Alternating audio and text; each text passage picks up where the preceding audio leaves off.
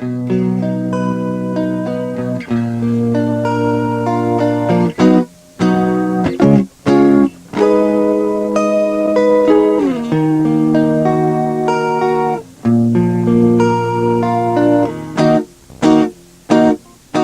Augustine, its attractions, museums, and points of interest. The Antique Mall is located in the Lightner Museum building on Cordova Street, behind the City Hall. Its hours are 10 a.m. to 5 p.m. daily. Admission is free. The Basilica Cathedral of St. Augustine is located at number 40 Cathedral Place. Their phone number is 824-2806. They're open daily from 7 a.m. to 5 p.m. Dedicated in 1797, the cathedral took 6 years to construct. Damaged by fire in 1887, it was restored in 1888, and its present clock tower was added at that time. The records, dating back to 1594, are the oldest written records in the country. Admission is free, but donations are accepted. The Castillo de San Marcos, also known as the Fort, is at 1 Castillo Drive. Their phone number is 829-6506. The summer hours are 9 a.m. to 6 p.m., and the winter hours are 9 a.m. to 5:15 p.m. Construction was started in 1672, and the fort had already withheld 2 major sieges by the time it was dedicated in 1756. The fort was never taken in battle, changing hands only through treaties. It is now part of the Florida State Park system. A small entrance fee is charged. Under 16 free, and U.S. citizens 62 and over are also free. The Cross and Sword is the official state play. It is held at the amphitheater on A1A South on Anastasia Island. Their phone number is 471-1965. The play is from June through August at 8:30 p.m. daily except Sundays. An entrance fee is charged for all ages. Reserved seats and general admission are both available. The Dr. Peck House is at 143 St. George Street. Their phone number is 829-5064. The store is open from 10 a.m. to 4 p.m. Monday through Saturday, and Sunday from 1 p.m. to 4 p.m. The tours start at 12:30. This house, built in the early 1600s during the first Spanish era, was the Royal Spanish Treasurer's House. Built of coquina, it is one of the few surviving original structures from that period. Here you can see the effects of the switching between Spanish, British, Spanish possession of the house.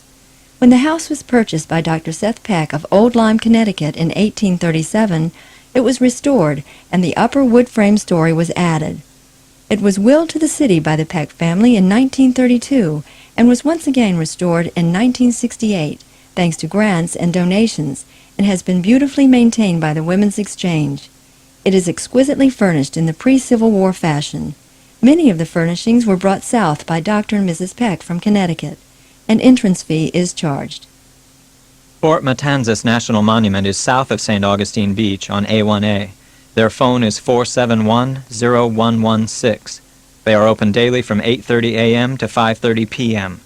Free ferryboat service is available to the fort from 9 a.m. to 4:30 p.m. The Fountain of Youth is at 155 Magnolia Avenue. Their phone number is 829-3168. They are open from 9 a.m. to 5 p.m. daily. This is the site of the ancient Timucuan Indian town of Saloy. Ponce de Leon came ashore here to landmark and record the discovery of North America, which he thought was an island. Here you can see an excavation of an ancient burial site dating back to between 500 to 700 A.D. In the observatory, you will be taken back in time and experience the fury of a hurricane through excellent sound effects. An entrance fee is charged. Under 6 is free with an adult. Senior citizen and military discounts are available. The Lighthouse Museum of St. Augustine is at 81 Lighthouse Avenue. Their phone number is 829-0745. Exhibits, a period room, and a video theater tell the story of the light keepers and the lights they tended. Take A1A South 1 mile, left at Old Beach Road across from the Alligator Farm. The Lightner Museum is located at the City Hall complex on King Street. Their phone number is 824-2874. They are open daily from 9 a.m. to 5 p.m. Set in the beautiful old Alcazar Hotel, The museum's 3 floors elegantly exhibit an outstanding collection that will transport you back in time. Exquisitely carved wood furnishings, unbelievably detailed bronze works, ivory, marble, crystal, tapestries, and more. A beautiful way to see some of St. Augustine's past. An entrance fee is charged. Under 12 are free with a parent. Student and military discounts are available. Marineland of Florida is at 9507 Ocean Shore Boulevard on A1A South. Their phone number is 471-1111. Daily dolphin shows are from 9 a.m. to 5:30 p.m. This was the world's first Oceanarium. The 3D show is great fun. An entrance fee is charged. Mission of Nombre de Dios is at San Marco Avenue and Old Mission Road. Their phone number is 824-2809. Their summer hours are from 7 a.m. to 8 p.m., and the winter hours are from 8 a.m. to 6 p.m. The location of the first Shrine of Our Lady of La Leche, this is America's oldest Marian Shrine and is the site of the first Mass said in the New World. Donations are accepted. The Museum of Florida's Army is at 14 St. Francis Street. Their hours are from 9 a.m. to 5 p.m. daily. Part of the oldest house historical park, the Tovar House, was built in the early 1700s. It now houses military memorabilia dating from 1565 to the present. Museums of Weapons and Early American History is at 81C King Street. Their phone number is 829-3727. They are located east of Regatta Castle and are open daily from 10 a.m. Various artifacts from the 15th to the 19th century. Much controversy was raised when this interesting museum was first opened. An entrance fee is charged. The Museum Theater is at number 5 Cordova Street. Their phone number is 824-0339. They are open daily from 9:30 a.m. to 5:30 p.m. They're located just 1 block from the city gates. Free parking is available at the theater location. There are 2 films about St. Augustine's founding, 6 shows each, from 9:30 a.m. A Dream of Empire tells of the founding of St. Augustine, and Struggle to Survive tells of life in St. Augustine in the year 1576. An entrance fee is charged, group information available upon request. The oldest house is also called the Gonzalez Alvarez House. It is at 14 St. Francis Street, and the phone number is 824-2872. They are open from 9 a.m. to 5 p.m. daily. The first floor is the original structure, the upstairs being added later by a British owner. Here you see many insights into early life in St. Augustine. The water filtering system, the separate kitchen, the beautiful garden courtyard, and the difference between Spanish and British lifestyles. An entrance fee is charged. 6 and under are free with a parent. Senior citizen discounts are offered. The Old Spanish Cemetery is located on Cordova Street and is also known as the Old Catholic Cemetery. It is the burial site of the first Bishop of Florida. This cemetery was established during the Second Spanish era and was used for Catholic burials for almost a century. The oldest door museum is at 4 Artillery Lane. Their phone number is 829-9729. They are open daily from 9 a.m. to 5 p.m. and Sunday from noon to 5 p.m. Summertime Sunday hours are from 10 a.m. to 5 p.m. You will see over 100,000 items on display that will take you back into the 1800s to relive the atmosphere of the old general store. Everything the family could possibly have needed in Old St. Augustine. An entrance fee is charged. Under 6 is free with a parent, and senior citizen discounts are offered. The oldest wooden schoolhouse is at number 14 St. George Street. Their phone number is 824-0192. They're open daily from 9 a.m. to 5 p.m., and their summer hours are from 9 a.m. to 8 p.m. The tour includes the classroom of 200 years ago, the home of the headmaster and his wife, and the beautiful garden adjacent to the schoolhouse. An entrance fee is charged. The authentic old jail is at 167 San Marco Avenue. Their phone number is 829-3800. Their hours are from 8:30 a.m. to 5 p.m. daily. Built in 1890 to 1891, this building served as the county jail until 1953. It gives an icy look at the reality of doing time in the first half of the 1900s. A collection of weapons used in various crimes adds to this informative historical site. An entrance fee is charged, and children under 6 are free with a parent. The original Ponce de Leon Hotel is located on King Street and now houses the Flagler College. Constructed by Henry Flagler in 1885 and opened in 1888, it operated as a hotel until it was transferred to the college in 1967. The Potter's Wax Museum is at 17 King Street. Their phone number is 829-9056. Winter through spring, hours are 9 a.m. to 5 p.m. daily. Summer hours are from 9 a.m. to 8 p.m. daily. Over 170 sculpted figures make history come to life. Visit the waxworks and witness art in the making. An entrance fee is charged. Under 5 is free with an adult. A senior citizen discount is offered. Ripley's Believe It or Not Museum is at number 19 San Marco Avenue. Their phone number is 824-1606. Daily summer hours are June through Labor Day, 9 a.m. to 9 p.m. Winter hours are Labor Day through May, 9 a.m. to 6 p.m. This is one of Robert Ripley's world-famous collections. Over 250 exhibits are housed in the beautifully restored Castle Warden. An entrance fee is charged. Under 5 is free with an adult. Group rates available upon request. The St. Augustine Alligator Farm is 2 miles south of the Bridge of Lions on A1A on Anastasia Island. Their phone number is 824-3337. Daily hours are from 9 a.m. to 5 p.m. The world's original alligator attraction sits in a beautifully natural setting. Wander through the wetlands on a boardwalk that takes you amongst the wild birds that make this refuge their home and breeding grounds. View the collections of beautiful parrots, dangerous snakes, and exotic reptiles from all over the world. And don't miss Gomek, possibly the largest, oldest alligator in captivity. An entrance fee is charged. Group rate information available upon request. The St. Augustine Historical Society Research Library is at number 271 Charlotte Street. Anything and everything the Historical Society has collected since its founding in 1883 is housed in this library. A real treasure trove of materials for the history buff. Books, manuscripts, maps, pictures, and so on. It is open to the public. St. George Street is in the heart of the historic district and is closed to everything but foot traffic. Here are many buildings reconstructed in the manner of the original structures. The remaining original structures have been restored and are maintained by various state and local agencies. This is where you will find the Spanish Quarter tour, along with many fine restaurants, bakeries, galleries, and shops.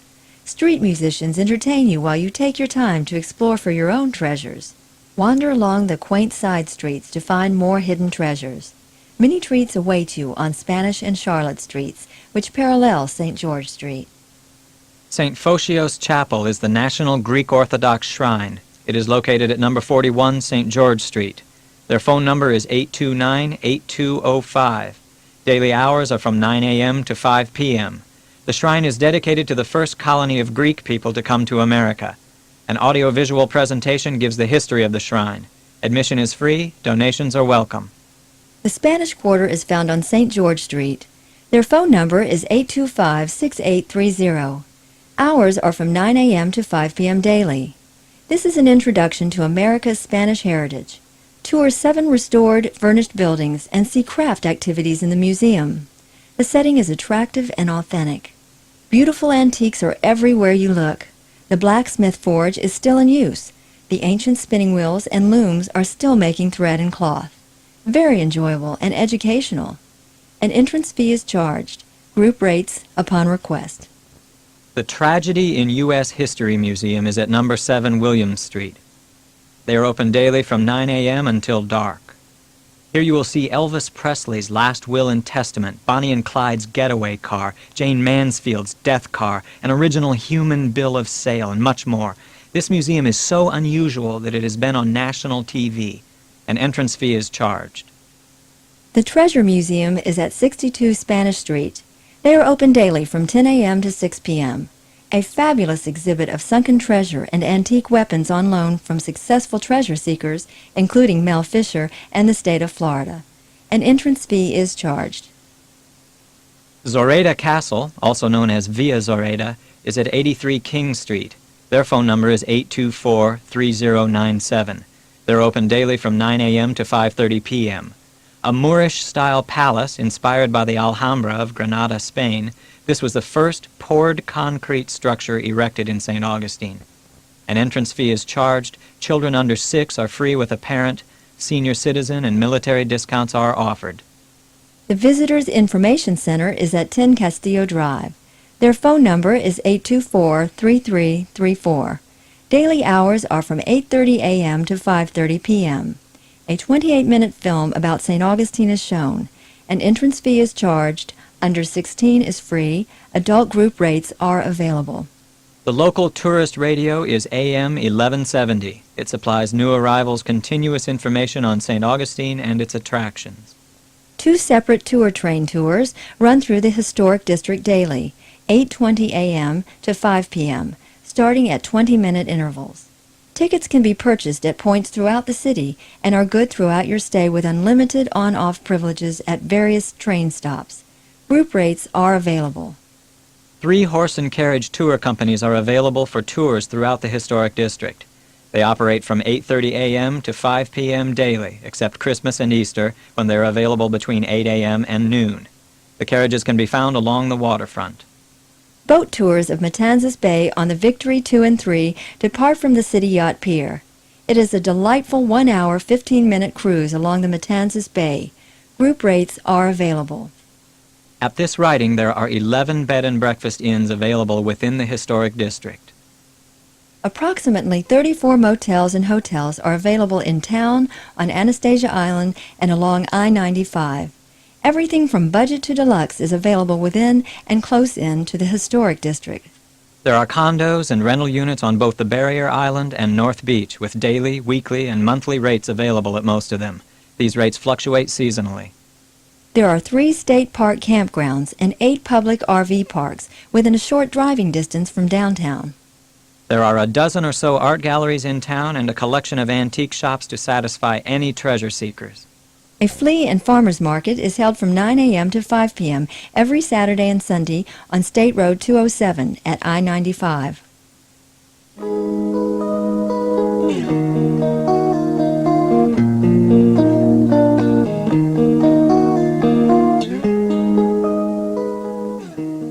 The seasonal festivities are An Arts and Crafts Spring Festival is held on Palm Sunday weekend in the downtown plaza. The hours are from 9 a.m. to 6 p.m. daily. An Easter parade is held at 3 p.m. on Easter Sunday. Spanish Nightwatch ceremony is the 3rd Saturday in June. A torchlight procession through the Spanish Quarter, 18th century period dress, music and pageantry reenact the colonial customs. It starts approximately at 8 p.m. west of the plaza. Greek Landing Day Festival is held in late June. Folk dancing, music, Greek food, and crafts celebrate the arrival of the first colony of Greeks in North America in 1768. The founding of St. Augustine is September 8th. The anniversary celebration is held on the grounds of the Mission of Nombre de Dios. This is a total reenactment. The Fall Arts and Crafts Festival is held Thanksgiving weekend from 9 a.m. to 6 p.m. in the downtown plaza. The Grand Illumination is celebrated on the first Saturday in December, a torchlight procession through the Spanish Quarter reenacting British colonial customs. Participants assemble at Government House at 8 p.m. Pal Day is held on the first Saturday in December. Military servicemen and their families enjoy a day on the town, sponsored by St. Augustine USO. The Christmas Parade is held on the first Saturday in December. It is a morning parade with bands, floats, and the arrival of Santa in downtown. A Christmas tour of homes is held on the first Sunday in December. Many homes of historic or unusual interest are decorated for the holidays by local garden clubs. Admission includes Christmas tea at the garden center. The holiday Regatta of Lights is on the second Saturday of December. The Bayfront Parade of commercial and pleasure craft decorated in holiday tradition is held on Matanzas Bay north of the Bridge of Lions. It begins after dusk.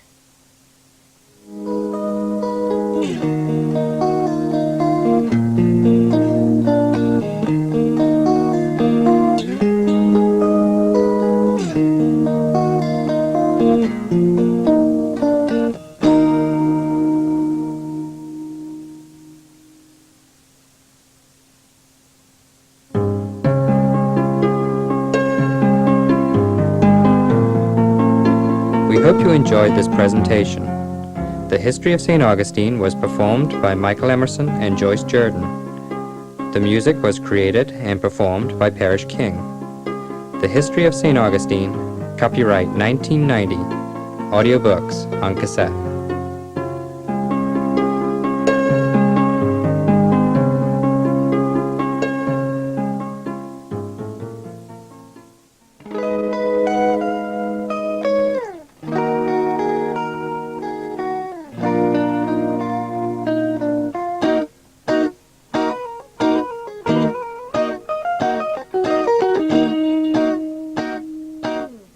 St. Augustine is our nation's oldest continuously inhabited European settlement. It is located on the beautiful Matanzas River and is the county seat of St. Johns County. The following is a brief history of this beautiful city, brought to you by audiobooks on cassette.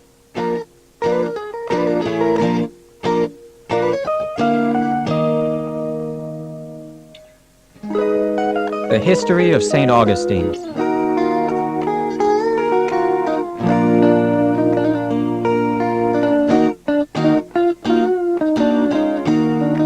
When Columbus made his second journey to the New World, he was accompanied by a Spaniard named Don Juan Ponce de Leon.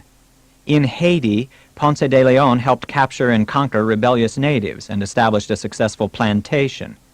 The natives had spoken of gold on Puerto Rico, and Governor Nicolas de Ovando authorized an expedition to explore and colonize the island. In Puerto Rico, Ponce de Leon spent a period as its governor. While there, he was told by natives about an island called Bimini just to the north of Cuba, where there were magical waters. It was said that these waters could stop the aging process. Ponce de Leon returned to Spain and obtained permission from King Ferdinand for an expedition. In 1513, he set out to find this wonderful place.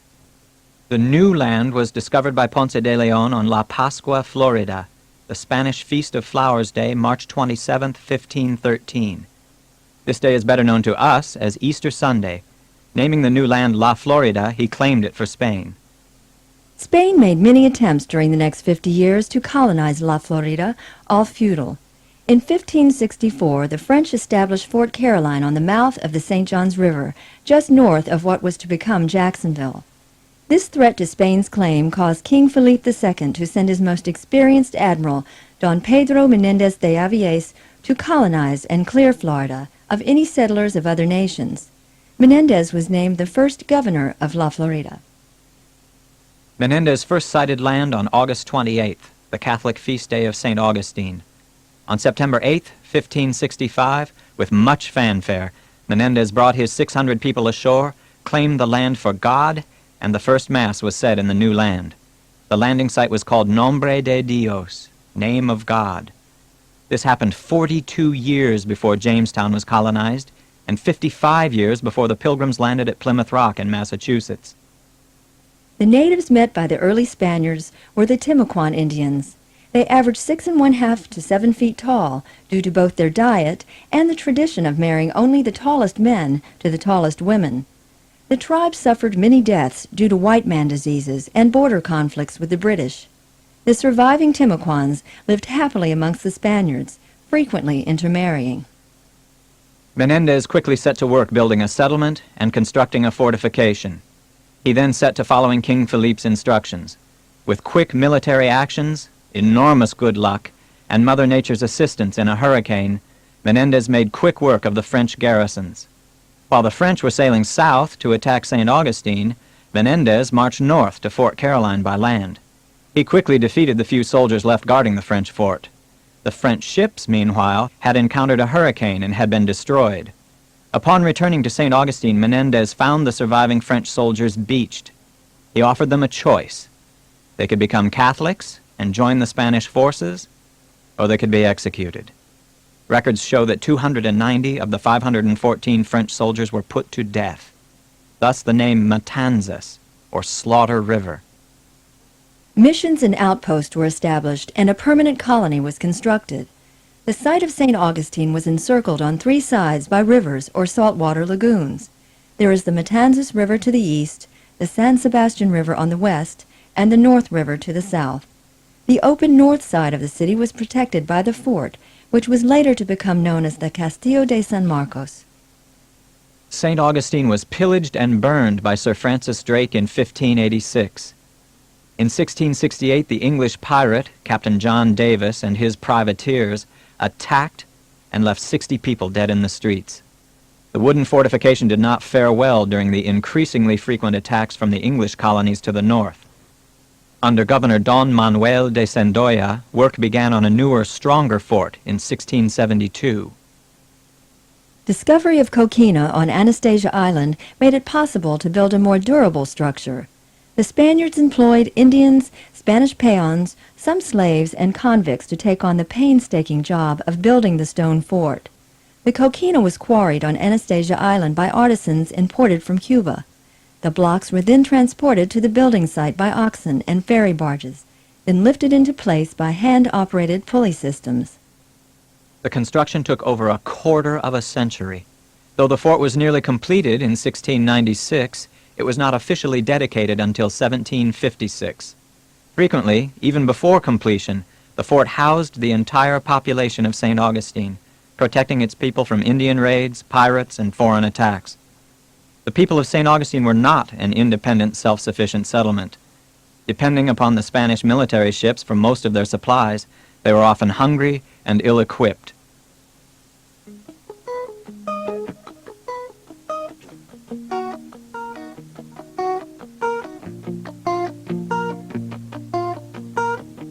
Now for a little about the construction of the first Spanish period. The Spaniards were a superstitious lot. Their homes' doorways always opened out onto their own property, usually an enclosed garden courtyard, so they could always step from their property to their property. The north walls of their homes were without windows or doors. They claimed that it was to protect them from north winds, but ancient belief stated that demons always entered a home from the north side. Windows were built on west and east walls for cross ventilation and on the south wall for light. The number of rooms in a house was determined by the financial position of its owner, as taxes were levied by the room. You will not normally see a closet in any of the houses either, since a closet would have been counted and taxed as a room. The Spaniards did not have fireplaces or chimneys. The little cooking that was done indoors was vented through staggered openings in the ceiling or wall above the stove. Most of the cooking was done out of doors, to both protect the house from fire and to keep the excessive heat outside. In 1702, the fort withstood a 2-month siege by British Governor James Moore of Carolina.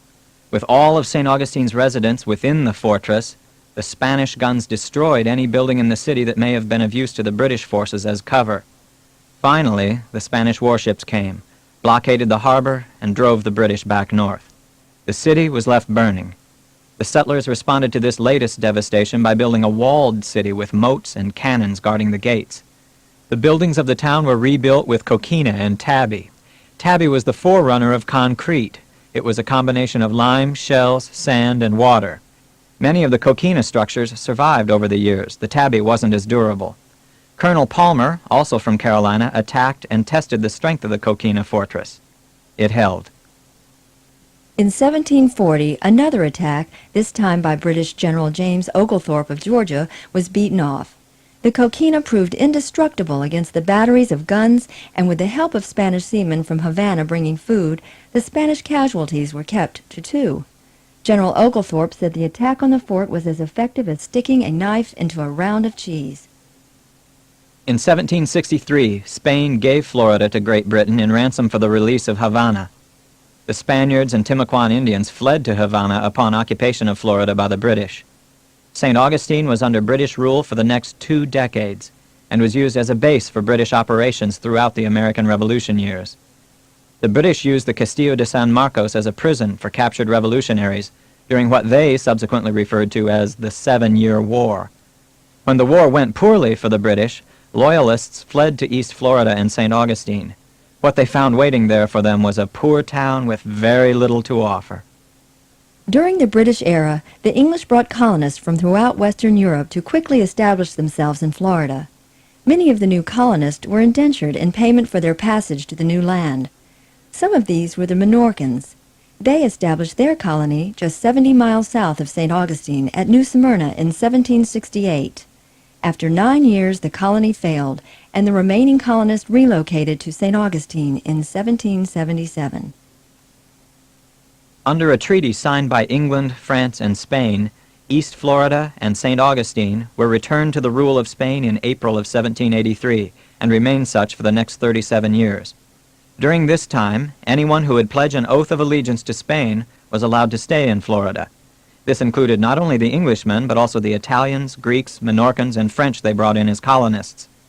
In 1808, the Spaniards replaced the early log and earth city gate by constructing the coquina pillars you still see today.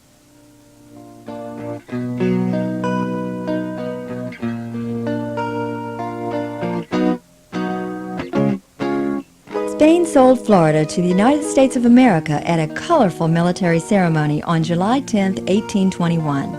Troops of the United States officially took possession 255 years after Menendez set foot on the shores of St. Augustine. The Spanish soldiers departed for the final time. The town was in pathetic condition. Progress had come to a halt and there was poverty throughout the land. But the city was said to possess charm with its cobbled streets and flowered courtyards.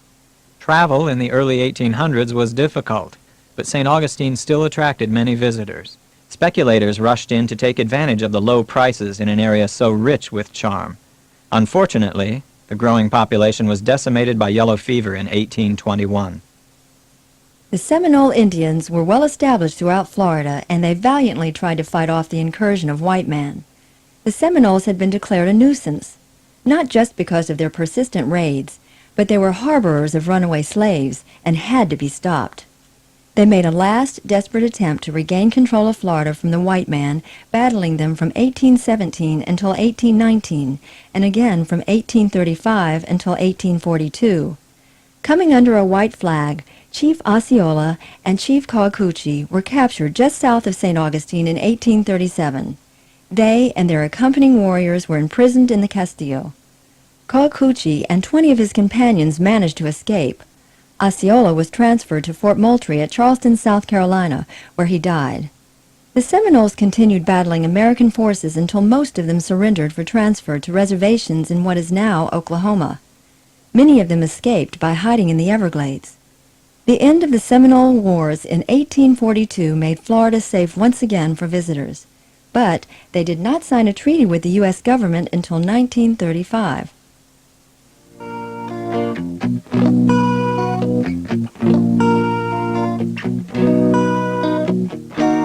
In 1845, Florida became the 27th state of the Union.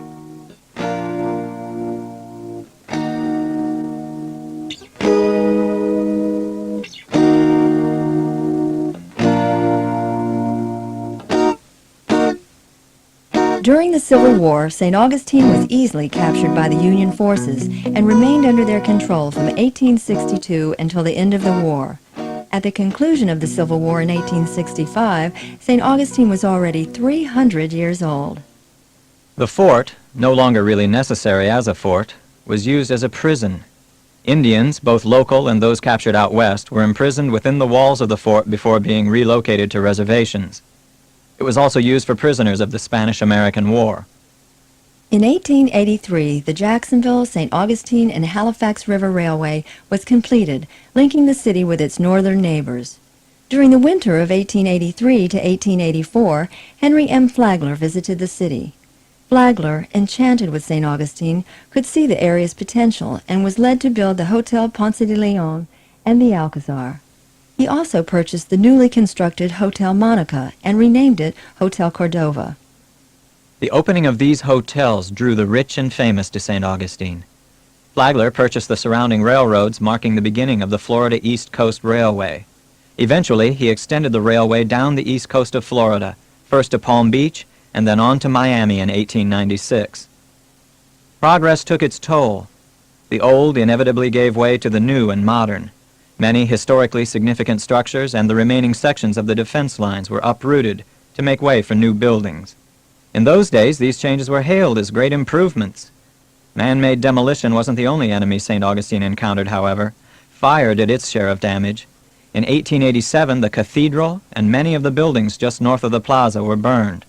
Many of the older buildings in the section of the city between the city gate and the plaza were leveled by a fire in 1914. In the latter years of the 20th century, St. Augustine has undergone a rebirth with much of the quaint Spanish charm restored. Its living history includes archaeological remains from the 16th century, a 17th century fortress, 18th century buildings, and the sprawling structures of the Flagler era. Wandering the streets of St. Augustine, you can see the continuing archaeological diggings. Now, instead of just a winter playground, St. Augustine, rich with the heritage of the past, has become an important attraction for visitors year-round.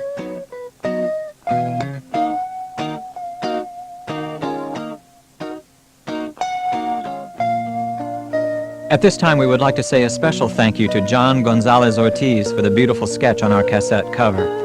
He is a local artist who sketches local subjects and can frequently be found weekends at the St. Johns County Flea Market, doing what he loves best, sketching. The other side of this tape will point out many of St. Augustine's historic attractions and convenient accommodations.